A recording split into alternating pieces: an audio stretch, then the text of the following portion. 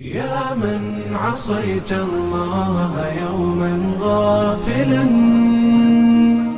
أنسيت أن الله قد أعطاك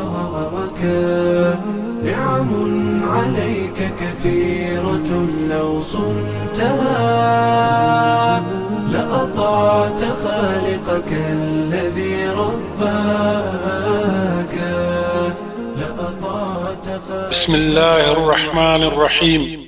عن ابن مسعود رضي الله تعالى عنه قال: قال رسول الله صلى الله عليه وسلم: عليكم بالشفاءين العسل والقرآن.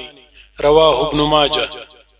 ابن مسعود رضي الله تعالى عنه وايي چې رسول الله صلى الله عليه وسلم وفرمایل: پدوو شیانو خپل درملنه کوي، شات او قرآن کریم.